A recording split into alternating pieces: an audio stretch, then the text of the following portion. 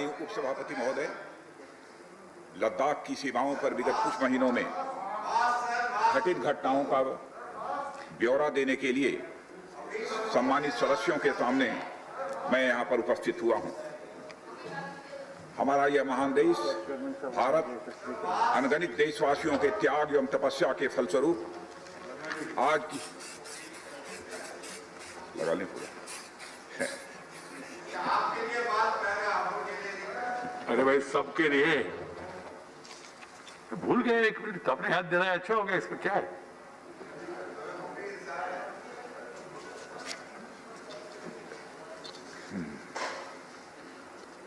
आदरणीय सभापति महोदय, लद्दाख की सीमाओं पर विगत कुछ महीनों में घटित घटनाओं का ब्यौरा सदन के सम्मानित सदस्यों के सामने रखने के लिए आज मैं यहाँ उपस्थित हूँ। हमारा यह महान देश भारत अनगिनत देशवासियों के त्याग एवं तपस्या के फलस्वरूप आज की स्थिति तक पहुंचा है। अध्यक्ष महोदय, स्वतंत्र भारत में भारत की सेनाओं ने देश की सुरक्षा के लिए अपना सर्वोच्च न्यौछावर करने में कभी भी कोताही नहीं बरती है। और आप सबको ज्ञात है कि 15 जून 2020 को गलवान घाटी में कर्नल संतोष बाबू के साथ हमारे 19 और बहादुर जवानों ने भारत माता की सीमा की रक्षा करते हुए अपने प्राणों की आहुति दे दी। हमारे प्रधानमंत्री श्री नरेंद्र मोदी जी ने स्वयं लद्दाख जाकर वीर जवानों का हौसला बढ़ाया। मैंने भी बहादुर जवानों से मिलकर उनके शौर्य और अटूट साहस का स्वयं भी अनुभव किया है। अध्यक्ष महोदय, सबसे पहले मैं संक्षेप में चाइना के साथ हमारे बाउंड्री इश्यूज के बारे में बताना चाहता हूं। जैसा कि सदन इस बात से अवगत है कि भारत एवं चाइना का सीमा का प्रश्न अभी तक अनसुलझा है। भारत और चाइना की बाउंड्री का कस्टमरी और ट्रेडिशनल अलाइनमेंट चाइना नहीं मानता है। यह सीमा रेखा वेल एस्टेब्लिश्ड भौगोलिक सिद्धांतों पर आधारित है, जिसकी पुष्टि न केवल ट्रीटीज और एग्रीमेंट्स द्वारा बल्कि हिस्टोरिक यूसेज और प्रैक्टिसेस द्वारा भी सभापति महोदय हुई है। इससे दोनों देश सदियों से अवगत हैं, जबकि चाइना यह मानता है कि बाउंड्री अभी भी औपचारिक रूप से निर्धारित नहीं है। साथ ही चाइना यह भी मानता है कि हिस्टोरिकल जुरिस्डिक्शन के आधार पर जो ट्रेडिशनल कस्टमरी लाइन है उसके बारे में दोनों देशों की एक अलग अलग व्याख्या है। दोनों देश 1950 और 1960 के दशक में इस पर बातचीत कर रहे थे, परंतु पारस्परिक रूप से स्वीकार्य समाधान नहीं निकल पाया था। सभापति महोदय, जैसा कि यह सदन अवगत है कि चाइना लद्दाख में भारत की लगभग 38,000 स्क्वायर किलोमीटर भूमि का अनधिकृत या कब्जा किए हुए है। इसके अलावा 1963 में एक तथाकथित बाउंड्री एग्रीमेंट के तहत पाकिस्तान ने पाक ऑक्युपाइड कश्मीर की 5,880 स्क्वायर किलोमीटर भारतीय जमीन अवैध रूप से चाइना को सौंप दी है। चाइना अरुणाचल प्रदेश की सीमा से लगे हुए लगभग 90,000 स्क्वायर किलोमीटर भारतीय क्षेत्र को भी अपना ही बताता है। सभापति महोदय, भारत तथा चाइना दोनों ने औपचारिक तौर पर यह माना है कि सीमा का प्रश्न एक जटिल मुद्दा है, जिसके समाधान के लिए पेशेंस की आवश्यकता है तथा इस मुद्दे का फेयर, रीजनेबल और म्यूचुअली एक्सेप्टेबल समाधान शांतिपूर्ण बातचीत के द्वारा निकाला जाए। ये दोनों इस बात पर सहमत हैं। अंतरिम रूप से दोनों पक्षों ने यह मान लिया है कि सीमा पर शांति और स्थिरता बहाल रखना द्विपक्षीय संबंधों को बढ़ाने के लिए यह नितांत आवश्यक है। मैं यह भी बताना चाहता हूं सभापति महोदय कि अभी तक इंडिया चाइना के बॉर्डर एरियाज में commonly delineated line of actual control नहीं है और एलएसी को लेकर दोनों का परसेप्शन भी यह अलग अलग है। इसलिए पीस और ट्रैंक्विलिटी बहाल रखने के लिए दोनों देशों के बीच कई तरह की एग्रीमेंट्स और प्रोटोकॉल्स भी हुए हैं। इन समझौतों के तहत दोनों देशों ने यह माना है कि एलएसी पर शांति और स्थिरता बहाल रखी जाए, जिस पर एलएसी की अपनी अपनी रेस्पेक्टिव पोजीशंस और बाउंड्री क्वेश्चंस का कोई प्रभाव नहीं पड़ेगा। इस आधार पर वर्ष 1988 के बाद से दोनों देशों के बाइलेटरल रिलेशंस में काफी विकास भी हुआ है। भारत का मानना है कि बाइलेटरल रिलेशंस को विकसित किया जा सकता है तथा साथ ही साथ बाउंड्री के मुद्दे के समाधान के बारे में चर्चा भी की जा सकती है। यह हम दोनों काम कर सकते हैं, परंतु एलएसी पर पीस और ट्रैंक्विलिटी में किसी भी प्रकार की गंभीर स्थिति का बाइलेटरल रिलेशंस पर निश्चित रूप से असर पड़ेगा, यह बात भी दोनों पक्षों को अच्छी तरह समझनी चाहिए। वर्ष 1993 और 1996 के समझौते में इस बात का जिक्र है कि एलएसी के पास दोनों देश अपनी सेनाओं की संख्या कम से कम रखेंगे। समझौते में यह भी है कि जब तक बाउंड्री इशू का पूर्ण समाधान नहीं होता है, तब तक एलएसी को स्ट्रिक्टली रेस्पेक्ट और एडहर किया जाएगा और उसका उल्लंघन किसी भी सूरत में नहीं किया जाएगा। सभापति महोदय, इन समझौतों में भारत व चाइना एलएसी के क्लैरिफिकेशन द्वारा एक कॉमन अंडरस्टैंडिंग पर पहुंचने के लिए भी प्रतिबद्ध हुए थे, पूरी तरह से कमिटेड थे। इसके आधार पर 1990 से 2003 तक दोनों देशों द्वारा एलएसी पर एक कॉमन अंडरस्टैंडिंग बनाने की कोशिश की गई, लेकिन इसके बाद चाइना ने इस कार्रवाई को आगे बढ़ाने पर अपनी सहमति नहीं जताई। इसके कारण कई जगहों पर चाइना तथा भारत के बीच एलएसी परसेप्शंस में ओवरलैप बराबर बना रहता है। इन क्षेत्रों में तथा बॉर्डर के कुछ अन्य इलाकों में दूसरे समझौतों के आधार पर दोनों की सेनाएं फेस ऑफ आदि की स्थिति का बराबर समाधान निकालती हैं, जिससे कि शांति कायम रहे। सभापति महोदय, इससे पहले कि मैं सदन को वर्तमान स्थिति के बारे में बताऊं, मैं यह बताना चाहता हूं कि सरकार की विभिन्न इंटेलिजेंस एजेंसीज के बीच कोऑर्डिनेशन का एक इलेबोरेट और टाइम टेस्टेड मैकेनिज्म है, जिसमें सेंट्रल पुलिस फोर्सेस और तीनों आर्म्ड फोर्सेस की इंटेलिजेंस एजेंसीज भी शामिल हैं। टेक्निकल और ह्यूमन इंटेलिजेंस को लगातार कोऑर्डिनेटेड तरीके से इकट्ठा किया जाता है तथा आर्म्ड फोर्सेस से उनके डिसीजन मेकिंग के लिए शेयर भी किया जाता है। सभापति महोदय, मैं अब सदन को इस साल उत्पन्न परिस्थितियों के बारे में अवगत कराना चाहता हूं। अप्रैल माह से ईस्टर्न लद्दाख की सीमा पर चाइना ने सेनाओं की संख्या तथा उनके आर्मामेंट्स में वृद्धि की है, जिसे स्पष्ट रूप से देखा गया है। मई महीने के प्रारंभ में चाइना ने गलवान घाटी क्षेत्र में हमारी ट्रुप्स की नॉर्मल ट्रेडिशनल पेट्रोलिंग पैटर्न में व्यवधान डालना शुरू किया, जिसके कारण फेस ऑफ की स्थिति उत्पन्न हुई। ग्राउंड कमांडर्स द्वारा इस समस्या को सुलझाने के लिए विभिन्न समझौतों तथा प्रोटोकॉल के तहत वार्ता की जा रही थी कि इसी बीच मई महीने के मध्य में सभापति महोदय, चाइना द्वारा वेस्टर्न सेक्टर में कई स्थानों पर एलएसी पर ट्रांसग्रेशन करने की कोशिश की गई। इसमें कोंकला, गोगरा और पेंगोंग लेक का नॉर्थ बैंक शामिल है। इन कोशिशों को हमारी सेनाओं ने समय पर देख लिया तथा उसके लिए आवश्यक जवाबी कार्रवाई भी हमारी सेना ने की, सभापति महोदय। और हमने चाइना को डिप्लोमेटिक तथा मिलिट्री चैनल्स के माध्यम से यह अवगत करा दिया इस प्रकार की गतिविधियां यथास्थिति को, यानी स्टेटस को एक तरफा बदलने का प्रयास है, और यह भी साफ कर दिया कि ये प्रयास हमें किसी भी सूरत में, सभापति महोदय, मंजूर नहीं है।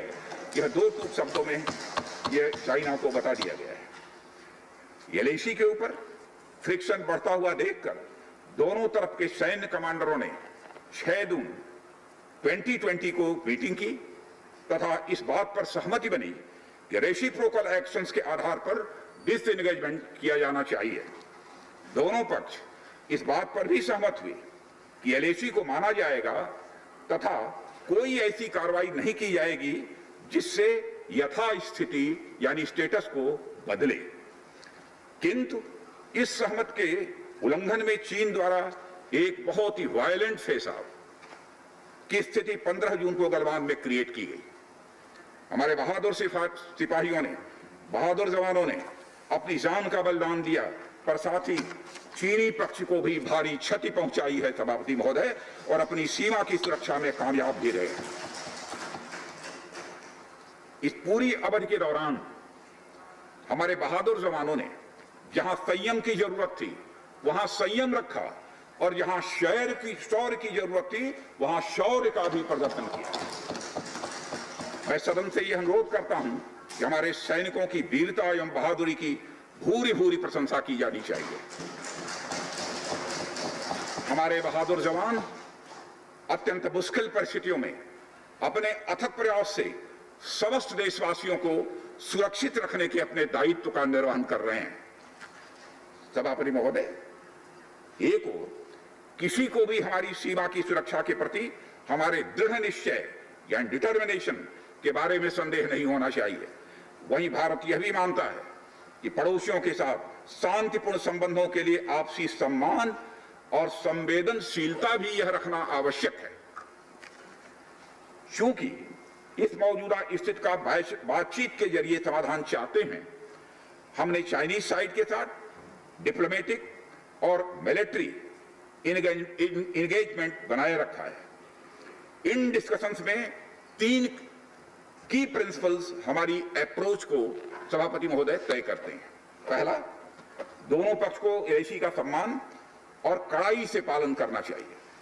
फर्स्ट। सेकंड, किसी भी पक्ष को अपनी तरफ से यथास्थिति का यानी स्टेटस को का उल्लंघन करने का प्रयास नहीं करना चाहिए। थर्ड, दोनों पक्षों के बीच सभी समझौतों और अंडरस्टैंडिंग्स का पूर्णतया पालन करना चाहिए।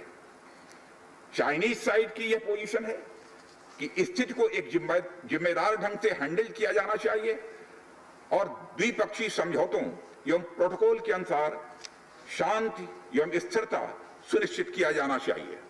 लेकिन सभापति महोदय, इसके बावजूद चीन की गतिविधियों से यह पूरी तरह से स्पष्ट है, उसकी कथनी और उसकी करनी में अंतर है। और इसका प्रमाण है कि जब डिस्कशन चल ही रहे थे, चीन की तरफ से 29 और 30 अगस्त की रात को प्रोवोकेटिव माने उकसाने वाली, भड़काने वाली है सैनिक कार्रवाई की गई, तो चीन की तरफ से की गई, भारत की तरफ से नहीं की गई। जो पेंगोंग लेक के साउथ बैंक एरिया में स्टेटस को बदलने का एक चीन के द्वारा प्रयास किया गया, लेकिन एक बार फिर हमारी आर्म फोर्सेस के द्वारा सभापति महोदय टाइमली व फॉर्म एक्शंस के कारण उनके प्रयास किसी भी सूरत में सफल नहीं हो पाए।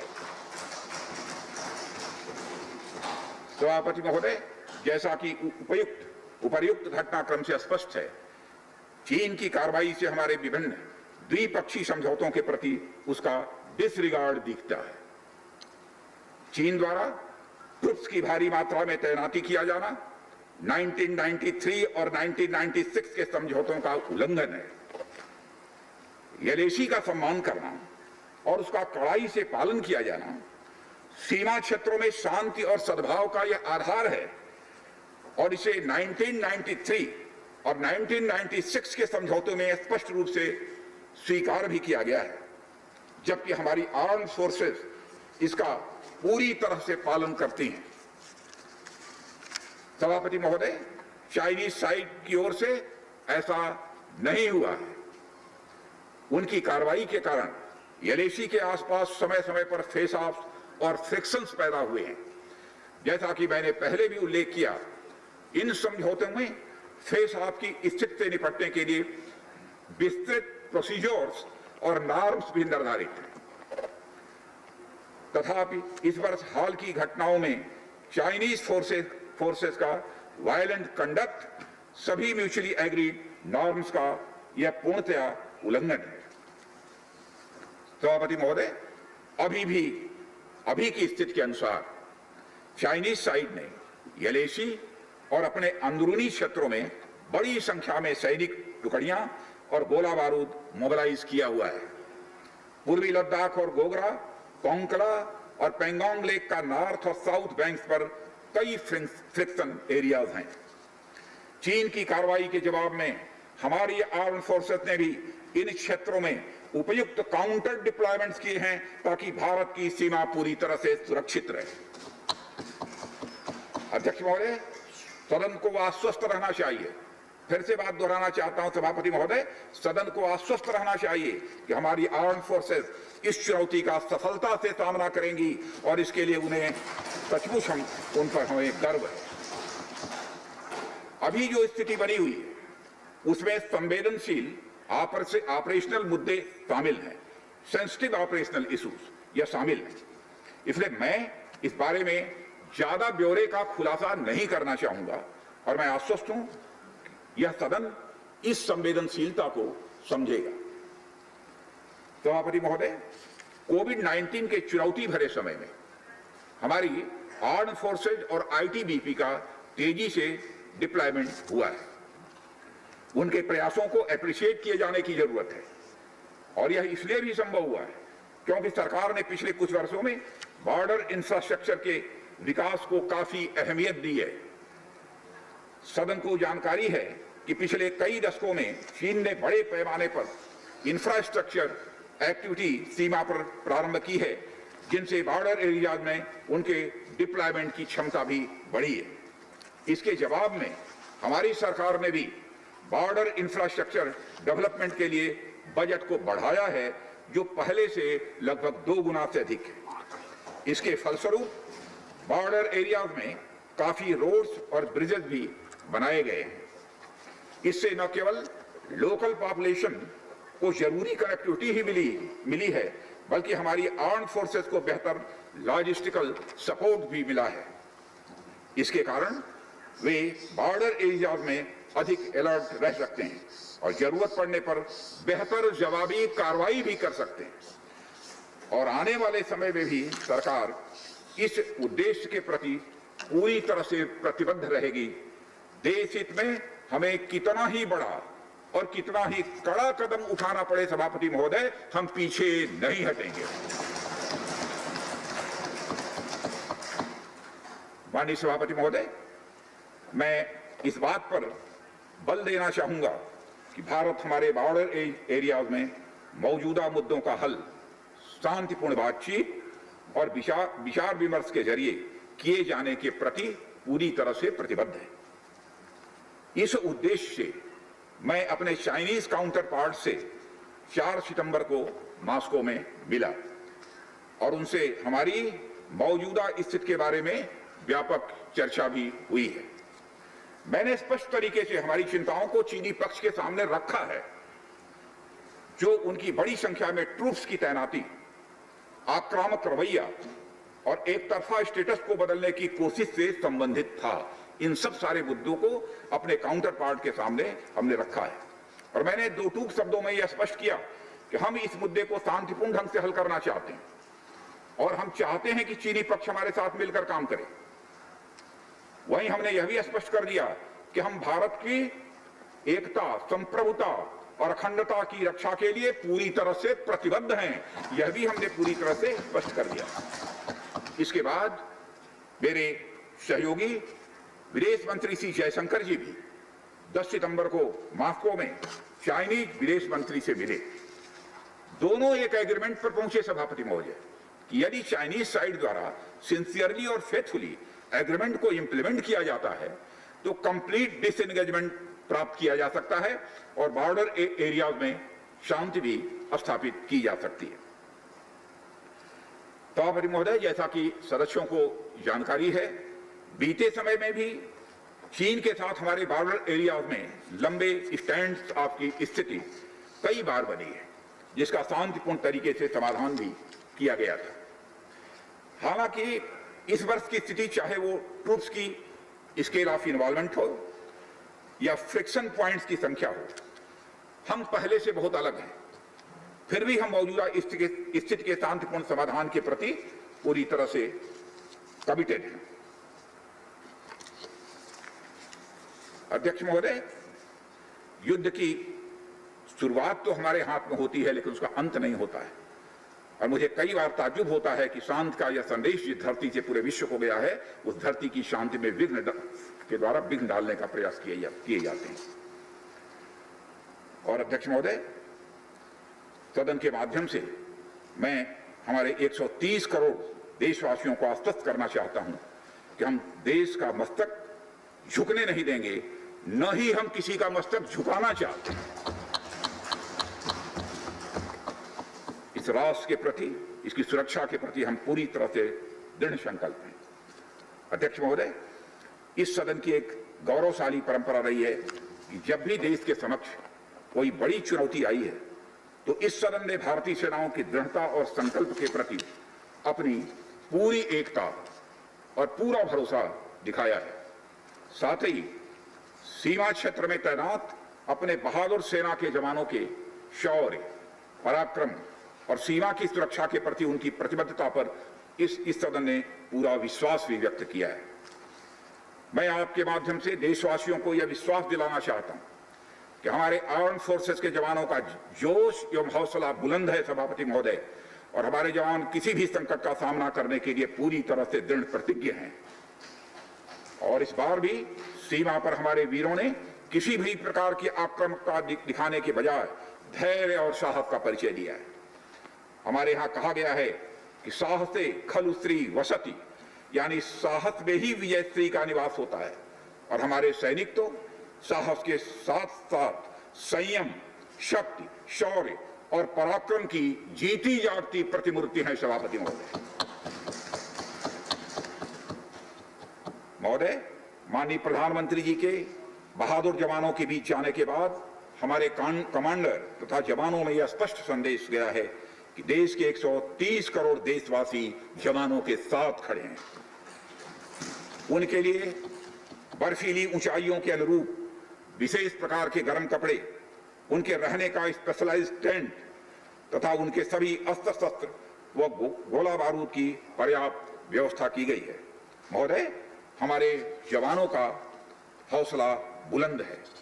दुर्गम ऊंचाइयों पर जहां ऑक्सीजन की बराबर कमी बनी रहती है तथा तापमान भी शून्य से नीचे होता है, उनके उत्साह में कोई कमी देखने को नहीं मिलती है और वे सियाचिन, कारगिल आदि जैसी ऊंचाइयों पर अपना कर्तव्य इतने वर्षों से लगातार निभाते चले आ रहे हैं। सभापति महोदय, यह सच है हम लद्दाख में एक चुनौती के दौर से गुजर रहे हैं, लेकिन साथ ही मुझे पूरा भरोसा है कि हमारा देश और हमारे वीर जवान इस चुनौती पर खरे उतरेंगे। मैं इस सदन से अनुरोध करता हूं कि हम एक ध्वनि से अपनी सेनाओं की बहादुरी और उनके अदम्य साहस के प्रति सम्मान प्रदर्शित करें और इस सदन से दिया गया एकता व पूर्ण विश्वास का संदेश पूरे देश और पूरे विश्व में गूंजेगा और हमारे जवान जो कि चीनी सेनाओं से आंख मिलाकर अडिग खड़े हैं, उनमें एक नए मनोबल, ऊर्जा व उत्साह का सभापति महोदय संचार होगा। इन्हीं शब्दों के साथ मैं अपना वक्तव्य समाप्त करता हूँ। बहुत बहुत धन्यवाद।